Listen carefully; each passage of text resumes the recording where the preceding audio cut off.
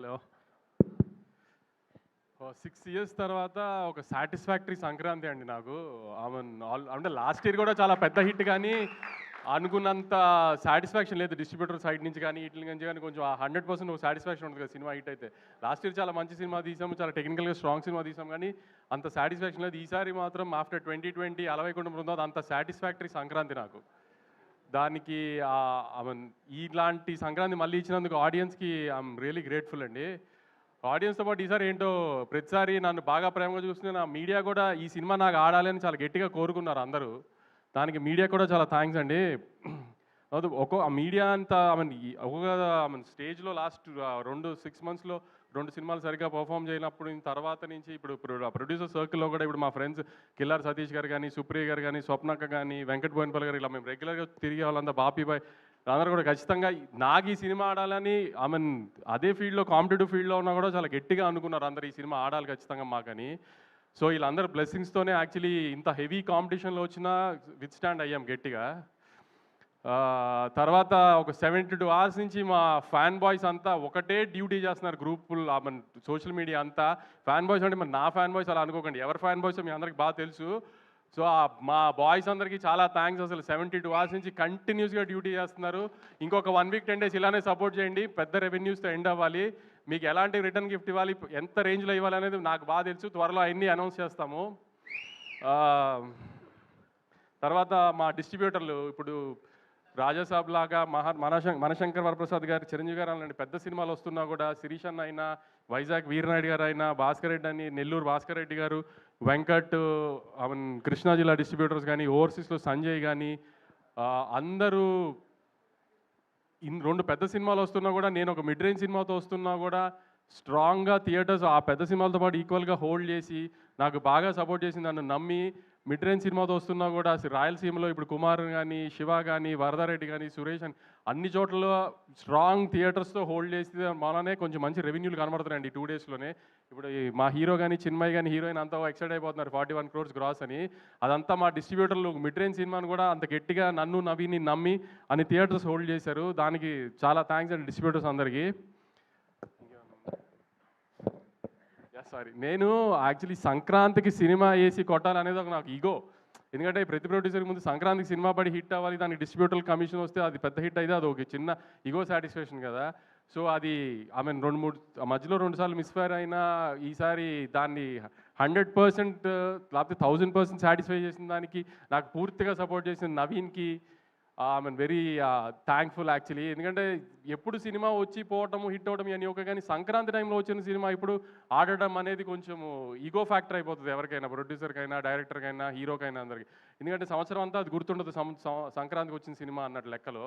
So అందుకని ఆ టైంలో హిట్ కొట్టడం అనేది చాలా ఇంపార్టెంట్ అందరికీ. సో నా ఈ 2026 జర్నీ సక్సెస్గా స్టార్ట్ అవ్వడానికి దానికి నాకు చాలా హెల్ప్ చేసిన నవీన్కి ఐఎమ్ రియలీ థ్యాంక్ఫుల్.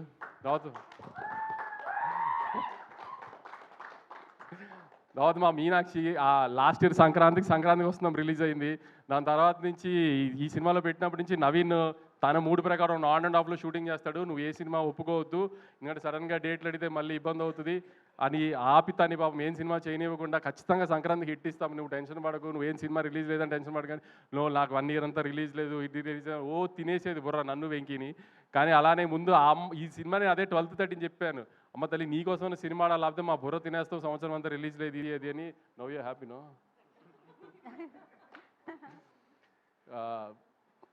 చిన్మయ్ మారి డైరెక్షన్ దగ్గర ఎక్కువ ఫీల్డ్లో ఉండేవాడు, కానీ క్రియేటివ్ స్పేస్లో సీనుల దగ్గర ఇదంతా చిన్మయ్తోనే డిస్కస్ చేసేవాళ్ళు. ఏమైనా డౌట్ ఉన్నా ఏదైనా నవీన్తో పెట్టుకుంటే ఏదైనా డిస్కషన్ మొదలు పెడితే ఒక చిన్న బిట్ గురించి 2-3 గంటలు మాట్లాడతాడు. అంత ఓపిక ఉండేది కదా నాకు ఫోన్ పట్టుకుని మాట్లాడడానికి. అందుకని చిన్మయ్తో డిస్కస్ చేయాలి. చిన్మయ్ అని చిన్న డౌట్లు ఉన్నా చిన్మయ్కి చెప్పి ఇది ఎడిటింగ్ కానీ లేకపోతే సీన్లో ఇది యాడ్ చేయడం కానీ ఇదే అది అని. Chinmay was very supportive last 1 year నుంచి. ఎందుకంటే నాకేం డౌట్ ఉన్నా తనకి చెప్పేవాడిని ఫస్ట్. సో ఆ సెన్స్లో ఆల్మోస్ట్ నాకు తను డైరెక్టర్ సినిమాకి. మారి ఎక్కువ ఫీల్డ్లో ఉండేవాడు, ఫీల్డ్లో పెద్ద నేను వెళ్ళి వాళ్ళని అడిగేదే ఉండదు కాబట్టి ఆవిడ్ రూమ్లో ఉన్నప్పుడు ఎక్కువ డౌట్లు తను అడిగేవాడిని. సో తను కూడా అసలు నేను అదే చెప్పాను, ఈ సినిమా హిట్ అయితే నేనే లాంచ్ చేస్తాను సినిమా, నేను డైరెక్టర్ కానీ.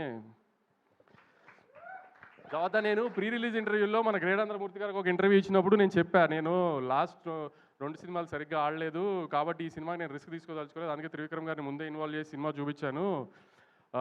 త్రివిక్రమ్ గారు చాలా కాన్ఫిడెంట్గా సినిమా బాగుందని చెప్పారు. ఇది అంటే అవునా త్రివిక్రమ్ గారు స్టాంప్ పడిపోయిందా అని ఆయన స్టైల్లో ఏదో కాంట్రవర్సీ లాగడానికి ట్రై చేశారు. త్రివిక్రమ్ గారు సినిమా చూశారు బాగుంది అని చెప్పారని నేను చెప్పిన తర్వాత త్రివిక్రమ్ గారు స్టాంప్ వేస్తే ఎలాంటి రిజల్ట్ ఉంటుందో చూశారు కదా ఇప్పుడు. సో మూర్తి గారు దాన్ని అడిగింది సెన్స్ వేరే సెన్స్లో అడిగారు కానీ నేను అంత కాన్ఫిడెంట్గా చెప్పాను. అందుకే త్రివిక్రమ్ గారు చూసింది చిన్న మేము అనుకున్నాయని చూసి త్రివిక్రమ్ గారికి లేదు ఖచ్చితంగా ప్రాబ్లం ఏం లేదు అనుకున్నాము అని చెప్పింది. అందుకే త్రివిక్రమ్ గారు స్టాంప్ వేస్తే నాకు అంత ధైర్యం సినిమా మీద.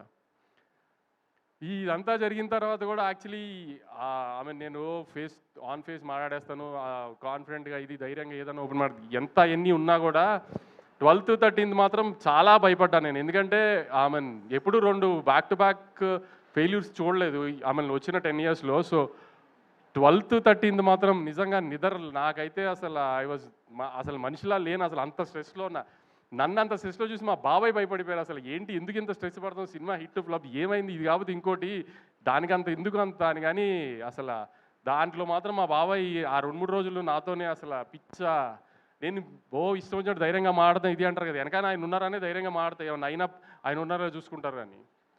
సో మీరు అందరూ అనుకుంటారు ఏదో సినిమా రిజల్ట్ హిట్ ఫ్లాప్, కానీ కొంతమందికి మాత్రం అది కొంచెం గట్టిగా తగులుతుంది హిట్ ఫ్లాప్లు. అలాంటి దానికే కొంచెం ఎక్కువ స్ట్రెస్ అవుతాం. సో ఆ స్ట్రెస్ నుంచి ఇప్పుడు మొహంలో మీరు 13th రోజున ప్రెస్ మీట్కి ఇవాళ ప్రెస్ మీట్కి మొహంలో తేడా తెలుస్తుంది మీకే అబ్జర్వ్ చేస్తే. అంత స్ట్రెస్ పడటంలో ఈ సినిమాకి సంబంధించి.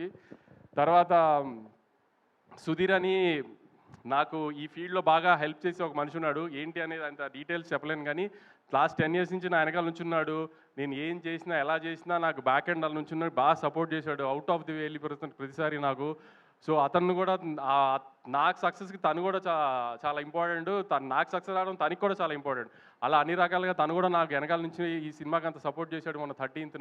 Thank you Sudheer, thank you very much. తర్వాత మా రామ్ గారు నా పార్ట్నరు, మా ఇన్వెస్టరు, ఆయన కూడా హిట్లు వచ్చినప్పుడు కాదు వంశీ ఫ్లాప్లో వచ్చినప్పుడే అదేం ప్రాబ్లం ఉండదులే నేను వెనకాలే ఉన్నానని ధైర్యంగా ఉండి నాకు అందరికి సపోర్ట్ చేశారు. వీళ్ళంతా మా రామ్ గారికి చాలా థ్యాంక్స్.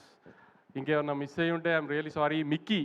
మిక్కీ ఎప్పుడు ఏది ఓపెన్గా మాట్లాడు నాతో, ఇది బాగుంది అది బాగాలేదు ఎప్పుడేం డిస్కస్ చేయడు. కానీ 10th 9th final mix check చేసేసిన తర్వాత నాకు ఒక వాయిస్ నోట్ పెట్టాడు. ఇప్పుడే 7-3 అంతా చెక్ చేసేసాను sir, I think we have a big winner on hand అని. ఫస్ట్ టైం మిక్కీ దగ్గర నుంచి అలాంటి ఒక వాయిస్ నోట్ కానీ అలాంటి ఒక జడ్జ్మెంట్ వినా నేను. తన పాట కూడా తను బాగుంది కదా, మీకు ఏం ప్రాబ్లం లేదు రిలీజ్ చేసేసి కదా అంటే యా సార్ అంటాడు. కానీ super sweet song block buster song వేసేయండి బయటికి అలా మాట్లాడు. అలాంటిది మిక్కీ చెప్పాడు ఫస్ట్ టైం నాకు.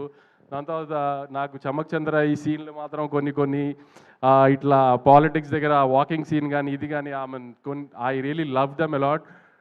యువరాజ్ మీకు ముందే చెప్పాను నా గుడ్ లక్ చామ్ యువరాజ్తో నాకు 2 కమర్షియల్ బ్లాక్ బస్టర్స్, ఇది రెండోది. ఇంకా తర్వాత మా టీమ్ మురళి కానీ నాని కానీ విఎంఆర్ కానీ నన్ను హింస పెట్టడానికి, నాకు సక్సెస్ వచ్చిన ఎంజాయ్ చేయడానికి అన్నిటికీ 12th 13th నేను పడిన హింసల్లో నన్ను ఇంకా హింస పెట్టడానికి మ్యాక్సిమం ట్రై చేశారు వాళ్ళందరికీ కూడా చాలా థ్యాంక్స్. ఇంకా సందీప్కి, వేణుగోపాల్కి, వంశీకాకాకి వీళ్ళందరూ బ్యాక్ ఎండ్ నుండి 5 సినిమాలు వస్తున్నప్పుడు సినిమాని జనాల్లోకి తీసుకెళ్ళి ప్రమోట్ చేయడం కూడా చాలా కష్టం. అలాంటి టైంలో కూడా వీళ్ళందరూ కొంచెం డే నైట్ ఉండి సినిమాని జనాల్లోకి మ్యాక్సిమం తీసుకెళ్ళడానికి ట్రై చేసాం. ఎందుకంటే ఆల్రెడీ ఒక పెద్ద సినిమా మార్కెట్లో హెవీగా వెళ్ళిపోయిన తర్వాత వచ్చి ఒక మిడ్ రేంజ్ సినిమాని కూడా జనాల్లోకి తీసుకెళ్ళి జనాలకి ఆ సినిమా వచ్చింది అది బాగుంది అని తెలిసేటట్టు చేసి దాన్ని టికెట్లు కొనాలి అంటే ఆ సినిమా టాక్తో పాటు దాన్ని జనాల్లోకి తీసుకెళ్ళడం ఎంత ఇంపార్టెంటో దానికి మా ముగ్గురు డిజిటల్ మీడియా కానీ సందీప్ కానీ పిఆర్ వేణుగోపాల్ గారు కానీ వంశీకాక కానీ చాలా ఎఫర్ట్ పెట్టారు. చాలా థ్యాంక్స్ అండి అందరికీ. ఫైనల్గా ఆడియన్స్కి నాకు ఆఫ్టర్ 6 years ఒక proper Sankranti commercial block buster ఇచ్చిన చాలా థ్యాంక్స్ అండి.